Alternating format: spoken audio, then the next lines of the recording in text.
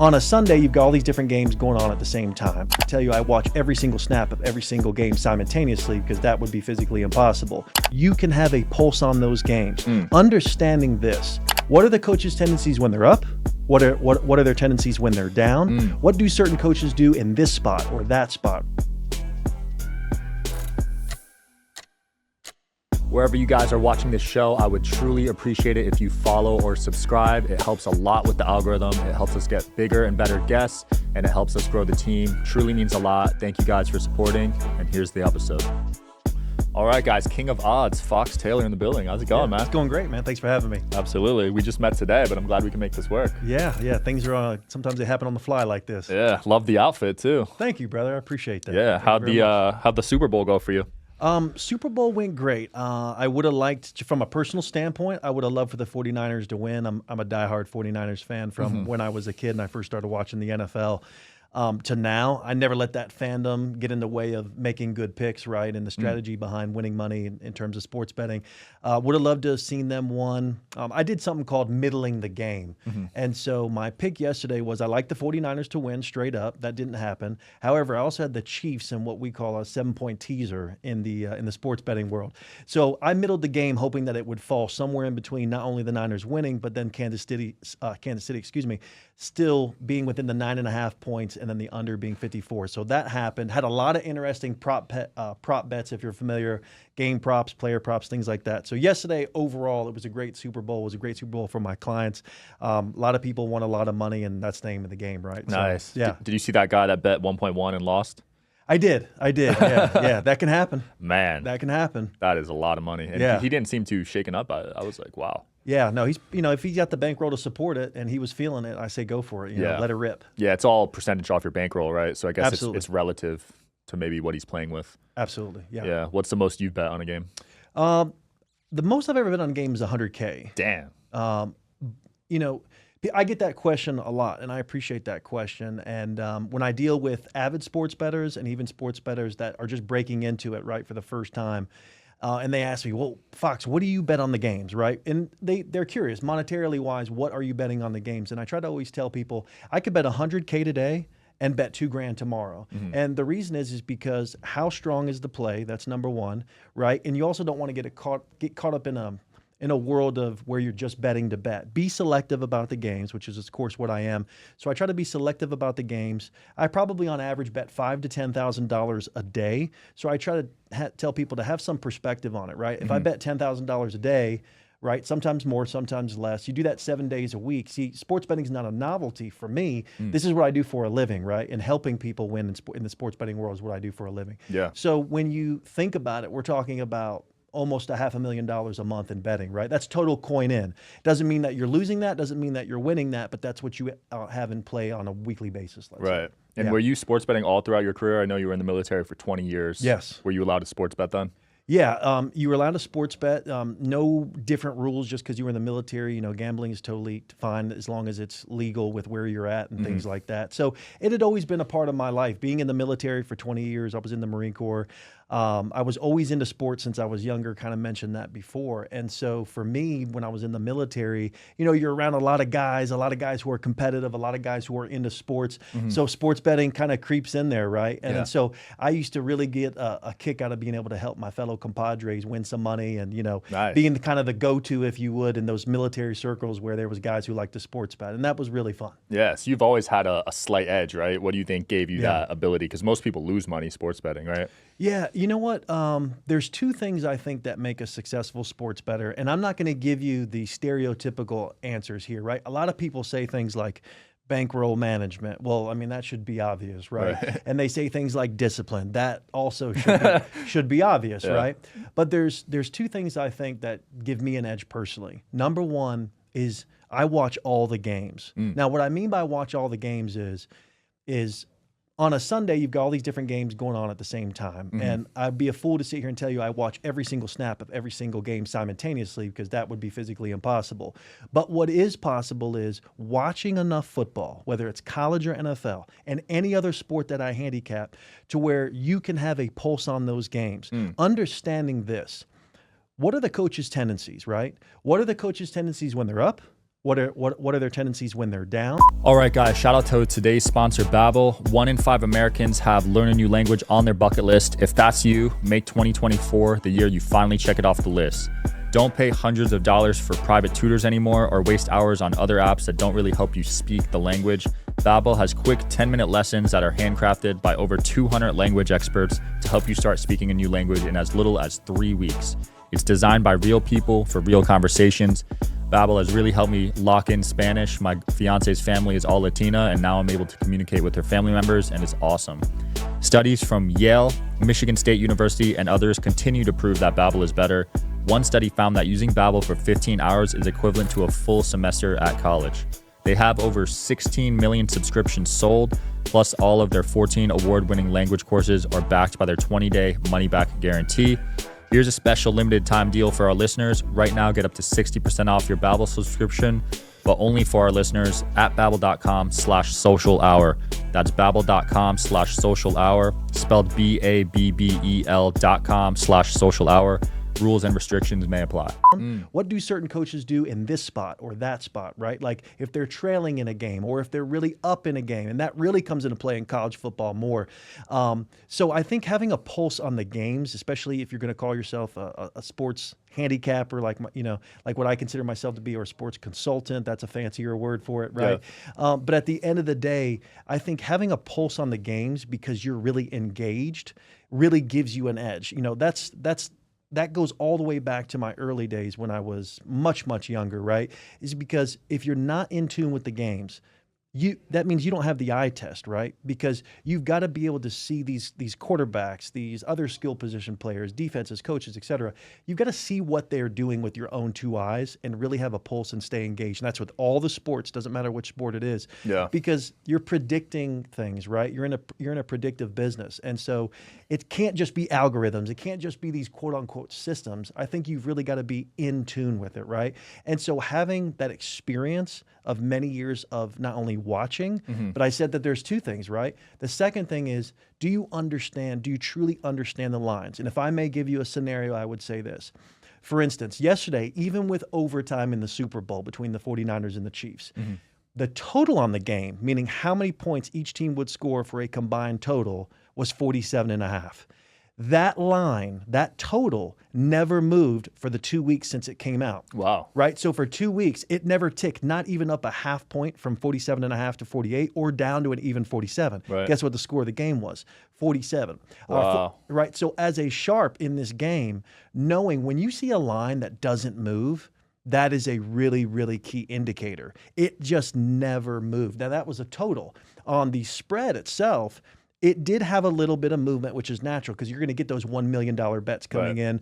You're going to get a lot of action throughout those 2 weeks when they determine who's going to play in the big game like the Super Bowl. And you're going to get it moving around a point, half a point, daily. Like yesterday, I was at Circa. That's where I stay when I come into Las Vegas. Yeah. And you could see that at one point in time, it fluctuated. The 49ers were favored by 2, then it was 1.5, then it was 2. Oh, they were favored to win? Yes, the 49ers were, in fact, favored to win, right? Everyone I asked to predict it said the Chiefs were going to win. Right. And I think a lot of people, your average Joe amateur bettor like the Chiefs for obvious reasons. Patrick Mahomes, Andy Reid, Travis Kelce, right? And that was a great prediction, right? If you had the Chiefs just to win straight up yesterday, it was a great prediction. They were technically the underdog.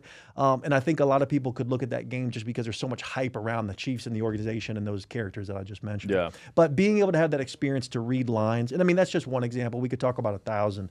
But having the experience of being able to see the lines when they come out, when Vegas is saying, okay, this is the over-under, this is the spread on these games, and being able to keep up with the fluctuation of those lines, and then also lines have meaning. So if you see like a line where a team is favored by 3 and it doesn't move all week long, specifically 3 or higher, there's a good indication that that team is going to cover. But this line never moved any more than either 1.5 all the way to 2.5, depending on which casino, which sports book. And so those are indicators, but that's just one example. Yeah. There's a lot of stuff on social media. I'm sure you've seen this lately about the NFL games being predetermined. Yes. And the winners are picked in advance. What do you think about that? That's a fabulous question. I don't think that the NFL is rigged, because that's what we're really getting at, right? Like, is the NFL predetermined of what's going to happen? I don't think that's the case, and I'll tell you why. I think it's because that would just take way too many people, right? Because you've got the guys on the field, the referees, the coaches, the TV people, the NFL organization as a whole. That's just too many hands in the pot, I think, to orchestrate the combat ballet that is ballet, excuse me, that is the NFL and that is football. Don't you think that's a lot of hands in the mix? You know, because how can you say, okay, this guy's going to fumble on this play and this ref's going to call this? That would be extremely difficult. But I will tell you this, and I really mean this. Still to this day, you better absolutely believe that there are sports out there that are being tampered with, so the outcomes of those games are essentially being predetermined, right? Maybe not predetermined, but again, we'll use the word I just used, was tampered with, right? And it's way easier to do it in college football, college basketball. What makes me say that? Well, look at all the players. There's 200 college teams, right? Whether it's football or basketball, what have you. And I don't know, like, for instance, have you ever seen the Netflix documentary Bad Sport? No. If you haven't, go check it out. There was a scandal years ago at Arizona State, for instance, with college basketball. And that's a big team. Right, exactly. They're a Division I team. Everybody knows and has heard of Arizona State. There was a scandal years ago in the early 90s, and it's actually kind of cool. We're in Vegas. We're talking about Vegas stuff here. There was a gentleman who was able to get to a player, and that player was shaving points in the games, whether they were supposed to cover or not cover, or the total to go over or under. He had his grips into a player, and this is in the mid 90s. Okay, so that player was affecting the games, which was affecting the lines and affecting people's pocketbooks. Right. A few years ago, something as of more recent, just a few years ago, back at Auburn, there was a scandal. And if you Google this and you go back and look, college basketball, this is before Bruce Pearl took over as the head coach at Auburn basketball. Just years ago, there was an article in Sports Illustrated about point shaving with the Auburn basketball team. Wow. So it's there. Maybe not in the NFL, but it's certainly still out there and prevalent in sports. And these games can be tampered with at times. Yeah, that is interesting. Now, you see a lot of these sports bettors post their win percentage on Instagram, and it seems pretty absurd. What importance do you place on win percentage yourself? I mean, win percentage is important, and I'm glad you brought this up. Win percentage is, of course, important, because if someone's going to spend their hard-earned money with you to predict the outcomes of games and to give them some sort of edge so that they can win, vice lose, then you need to be sharp. You need to have a good winning percentage. But all these guys that are out there acting like they win every single game, or when I hear crazy things like, to be honest with you, even when I hear someone say, oh, I'm 10-0 in my last NFL picks, or I'm 12-0 in my last MLB picks, some of those are real. It can happen. I've went 35-5 before. Just this last December, from December 1st all the way until the end of December, I went 35-5. Wow. Yes. So that's high. That's, if we do the math on that, that's probably in the high mid 80 winning percentage for the month, right? Yeah. But when you hear some of these guys who are more, I think, influencer based, and they are sharps within the sports betting field, I think they say things because those get a lot of clicks, they get a lot of views, they gain a lot of interest, but it's very difficult. You know, I think I like when I see my fellow competitors and they're realistic, that garners my respect. But it gets a little out of control with these guys saying they're 100% or that they win every game. I mean, it's just not realistic. I've seen like 143-0. I've seen that's crazy, crazy stuff. Yeah, and I think you gain a lot more respect from potential bettors and potential clients and players if you're just honest. Yeah. Have you always had winning years, or has it been kind of roller coaster? At the end of each year, I've always came out profitable. Wow. But that goes back to those tenets that we talked about the discipline, about the money management, being smart, being strategic. Now, when I first got into sports betting years and years ago, you learn some tough lessons, right? Like, you learn some of these things that we just talked about. You don't have those when you first get into sports betting when you're 21 years old, let's say, right? You have to learn some of those lessons the hard way. Like, how, should you bet parlays? I'm not a big parlay guy. Do I give them out occasionally? Yes, when I think I have something strong that warrants it. But, you can't have a 10-game parlay every day and think that that's going to hit. That's not realistic, right? And so I think that, when I was younger and I was getting into sports betting, you learn valuable lessons, and those lessons teach you through experience of how to be a winner in the long run. Absolutely. When it comes to gambling in Vegas outside of sports betting, is that something you partake in? Oh yeah, absolutely. I mean, if I come to Vegas, I'm like I stay at Circa a lot. I've got a host over there, Yeah. and Circa is a great place because not only can you sports bet there, I think of it kind of as the mecca of a sports betting, but it's a beautiful casino. I like to partake. My favorite card game is Baccarat because Best odds. it has the best odds. It's a fun game. It's a slower game. To believe it or not, I play Baccarat a lot of times just to relax and chill out. But you have to, of course, think to yourself, okay, here's my bankroll, right? Here's what I want to play or gamble with as a whole, and not letting the things overlap between what's your sports betting bankroll and what's your bankroll to just mess around the casino and have fun. Yeah. I like to take a couple of grand, play Baccarat. It's relaxing. It's a slow game. You meet cool people when you play the game. There's just a certain class about Baccarat that I've always liked and been attracted to, and it's relaxing. You can't get carried away in those table games because they are very difficult. I don't claim to be a professional blackjack player or professional Baccarat player, but those games are fun, and I think that's where you got to keep it at. Sports betting is my life, and that's business. Being able to transition out of the military is usually a very hard process. Do you think having the sports betting skills helped you transition easier? It did, because I think that when you're passionate about something and you're skilled in something and you mesh those two things together, it certainly makes it easier. I think, and I feel like I can say this as a veteran, a lot of veterans do struggle with that. What you just mentioned is that the difference between being in the military, being active duty, transitioning into the regular workforce, if you will. And my advice to any veteran is, and I think this is so important, do what you love no matter what it is. Forget about the money. Don't think I got to be a millionaire. I have to compete with this person or that person on social media or anything. Just go do what you love. Because if you do what you love, I think everything will certainly fall into place. And if you are in fact chasing the dollar or the money, I think that will come eventually, right? Whether you're doing podcasting, whether you're in real estate, any business, just do what you love. Do what you're passionate about, because then when you're working, it doesn't really feel so much like work. That is a very interesting mindset to have as a sports bettor, because when I think of sports bettors, I think of they're doing it mainly for the money, but you're kind of flip-flop, right? Yeah. Well, I mean, I'm doing it for the money because, of course, the money affords you to have a nice lifestyle, a quality of life, et cetera, right? And so the money is a huge part of it. But at the same time, doing something you love, being in the realm of sports, if you will, being close to the game all the time is fun, and it's what I've always loved. I mean, when I was in high school, I played 4 different sports, right? And so, and then even in the military, it's almost like college. You have a lot of intramural sports. There's a lot of competition because you've got a lot of guys who maybe they had an injury or something, so they went to the military vice going to college or something like that. And so you're surrounded just by constant competition. And again, when you do something that you love, and that's the first part, that's the priority, I think that the money comes. But of course, the money's sweet, especially when you're winning. Can't deny that. What's your favorite sport to bet on? My favorite, and we just talked about this in a different podcast, I love college football. I bet everything. I can handicap anything, even down to NASCAR, right?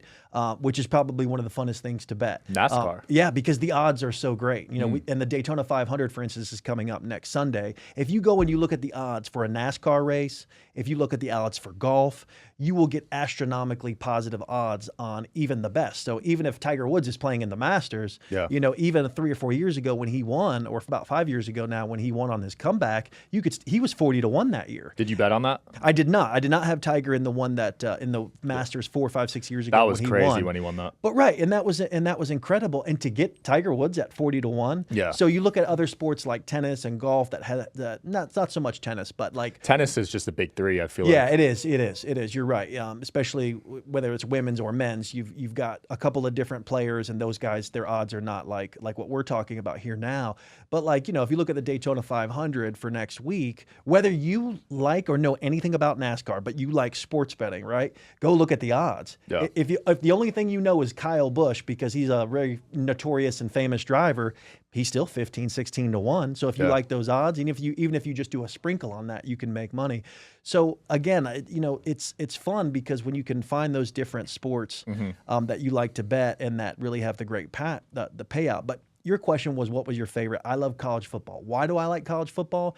Because those kids are playing for something so meaningful, right? They're playing for, of course, draft status and future, money that comes along with that, and the accolades and the Heisman. But college football just has such a big nostalgic. It's so nostalgic, and it's got so much meaning behind it, right? And there's all those great rivalries: Auburn versus Alabama, Notre Dame versus Michigan, Ohio State, excuse me, and Florida State, right? There's all these great rivalries in football, and there's you go to a college football game. If you go to the Michigan Stadium, they call it the Big House. There's over 100,000 kids and fans in these games, whereas in an NFL game they only sit about maybe 68,000 or 70,000. Wow. So college football is bigger than football? When it comes to how big they build the stadiums, that answer is yes. Isn't that incredible? I didn't know that. Yeah. Because usually it's the opposite, right? The pros get the most stadium. Yeah, like Raymond James Stadium in Tampa. Raymond James Stadium, I want to say it sits 68 or 70,000. But if you go to the Big House in Michigan, they seat over 100,000. So does Bryant-Denny Stadium, which is where Alabama plays in Tuscaloosa. Over 100,000 people can attend a game. That being said, I like watching football more on TV than in person. How do you feel about that? You and I are on the same page. You want to know why? Because, and you would say this if the question was posed to you, is I could see where the first down is. Yeah. I can hear all the different statistics that are happening within the game. I'm hearing the announcers. And the way that NBC, CBS, ESPN, all these companies and all these broadcast folks, the way that they do the games is such high quality now that the in-home experience is unbelievable. Now, if you've been to let's say a professional football game as of recent, like the last time I went to a game, I had no service. I can't look up what's going on in terms of player props, game props. I mean, it's just wherever my seat is, can I keep track enough of what's going on? You almost need a paper and pencil, you know? Because again, the service is bad. But when you're at home, You've got your food, you've got your drinks, you got your loved ones, you've got the bathroom 5 feet away or whatever the case may be. The in-home experience, I think, is it's phenomenal. It's better, especially at Circa too. I will say if you have a suite, that is pretty dope. But if you're in just a regular seat, it's just uncomfortable. You're cramped. I mean, I'm tall. You're pretty tall too, right? Yeah. So I'd much rather be at home. Yeah, and you mentioned like almost like a watch party, like Circa had a watch party yesterday, and a lot of the hotels and casinos did, of course. And those are fun. Those are also very fun. I mean, you've got music, you've got food, you've got all kinds of camaraderie and people watching the games and the rooting for the stuff.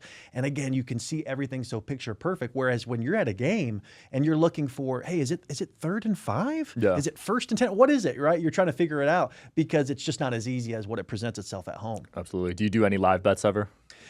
I like to live bet when it makes sense, and you've got to really be disciplined in live betting because the casinos know based off of how the game is being, where the game lies, like meaning score and how much time's left. They know exactly what those numbers are to entice you to bet. Like you should take the over or the under, right? Or taking a certain spread. They're so good at what they do in creating the lines, especially the live lines, that they know the human tendency might be to take an over. So you see a lot of points being scored as a consumer of the game and as a bettor of the game, right? So you're like, oh, I'm going to live bet. I know they're going to have this over, but you're not taking into account all the other things that are going to happen into the game where the scoring's going to slow down. Right. Because of, especially like in college football, a first half, they could score literally 48 points. Oklahoma's playing TCU in the Big 12. They don't play a lot of defense. But then there's some halftime adjustments. They come out and, you were live betting something, but now it's, halftime or whatever has happened. And now scoring slows down. So that live bet that you thought was a for sure thing, it wasn't. And that's where that experience and understanding the lines that, like I mentioned to you earlier, that's where that really comes into play for not only making money, but helping others make money as well. I love that because it's so easy to get emotional about the live bets if you're watching the game, but you're super disciplined. It sounds like you could separate the two. Well said. And a lot of people, they live bet the Chiefs yesterday because the Chiefs were down at halftime. They came out with their hair on fire in the second half, and you could still get them at plus money. Oh, wow. Originally, when the second half started, as they started to make that run and Patrick Mahomes started to take the game over, all the way up until the last minute, you were still able to get very favorable odds. Yeah, Yeah. That was a slow first half. I actually stopped watching because it was so slow. I think it was 10-3, and apparently the second half was 6, so I missed out. I had the under in the game, which was one of the things that we were talking about earlier. So I liked that it was a little slow, a little boring in the beginning because monetarily wise, right, sports betting wise, I wanted to make sure that under hit, which it did. You just hit that 0.5 away, right? Yeah, and that was close. Yeah, and that's what's so great about sports betting. Yeah. Do you ever get like super worried about the bets? Or oh gosh, yesterday my heart was, my stomach was in knots because I've got people that are relying on me to win. Oh yeah. I've got my own money in play. And yesterday being the Super Bowl, there's all these different exotic bets. I had a really cool bet yesterday. I wouldn't necessarily recommend this to people, but it was something I caught. You know, there are exotic bets out there, like exotic prop bets. So yesterday I had a really cool prop bet. And just from a strategic standpoint, I really like this. When I did all the math and I looked at the percentages, you could bet on would the first touchdown scorer of the game be wearing the jersey number 19.5 or higher. So basically 20. Wow. So I told myself, I said, who's going to score the first touchdown in this game? What's more likely to happen? San Francisco had the more potent offense. Right. So I look at San Francisco. Then I say, well, who's most likely, right, percentage-wise, meaning amounts of handling the ball and getting touches and things. So you start looking at Christian McCaffrey. You start looking at Kyle Juszczyk, their fullback. He doesn't get a lot of touches, but if they're down the red zone and it's close, it's going to probably go to a running back. So I'm looking at McCaffrey. He's number 23. I'm looking at Juszczyk. He's 44. The tight end for the 49ers, George Kittle, not only is he a great player, but because the defenses are accounting for guys like Brandon Ayuk and Deebo Samuel, Kittle ends up being open in the red zone quite a bit. So the odds of the number 20 scoring a touchdown or higher was great. Brilliant. So I had several $1,000s on this bet yesterday, and my stomach was in knots because they were going back and forth until a touchdown actually got scored for quite some time. And that was one of those fun ones, right? Yeah. So do I recommend that to a lot of people? Not necessarily, unless they've got the bankroll to support those kind of crazy exotic bets. But it was fun. My stomach was in knots the whole time about it. It was a winner for me, and I really, of course, enjoyed that. But those are, again, fun. It was good. Yeah. So that Chiefs fumble in the first quarter, I think they were close. They were at the 5-yard line, right? Yeah. And you must have been freaking out. Yes, good point. Yeah, I was, because at that point I'm thinking that the Chiefs might, Pacheco might run it in from the Chiefs. He's number 11. Yeah. And so, and again, those just make the game more fun when you're watching them. The big play, the really big play yesterday, of course, was, are you on the Chiefs? Are you on the 49ers? Are you on the under or the over? That's what most people wanted. But it's fun to throw in those prop bets. Absolutely. Fox, has been fun getting to know you, man. Anything you want to close off with or promote? If anybody's out there and, you're looking to win money, you're looking to gain an edge, there's a lot of people out there that talk about systems and about algorithms. I'm a guy where I study the games, I watch the games, I take it very seriously. It's my business. If you're looking for an edge and you're trying to win, hit me up. I'm at @the_king of odds or thekingofodds.com. Perfect. We'll link it below. Thanks for coming on, man. Thank you, brother. Appreciate it. Absolutely. Thanks for watching, guys. See you tomorrow.